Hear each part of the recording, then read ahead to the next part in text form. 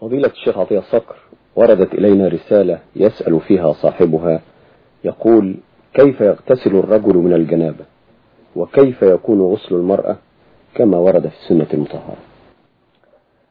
لا يتم الغسل من الجنابة إلا بأمرين: النية وغسل جميع الأعضاء، وتكفي مرة واحدة ويسن 3 مرات.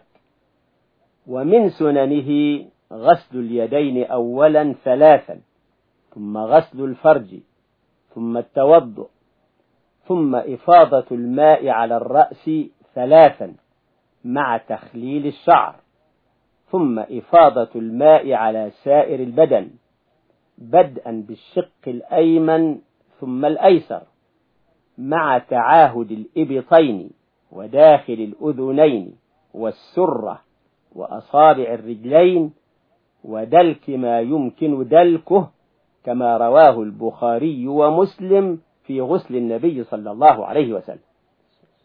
وغسل المرأة كغسل الرجل، ولا يجب عليها نقض شعرها ليصل الماء إلى أصله إن كان الضفر غير شديد، لحديث مسلم وغيره في قول امرأة للنبي صلى الله عليه وسلم: إني أشد ضفر رأسي أفأنقضه للجنابة؟ فقال: إنما يكفيك أن تحثي عليه 3 حثيات من ماء ثم تصبين على سائر جسدك. ويسن لها بعد الغسل أن تضع قطعة من قطن مع طيب يضعف بها أثر الدم، والله أعلم.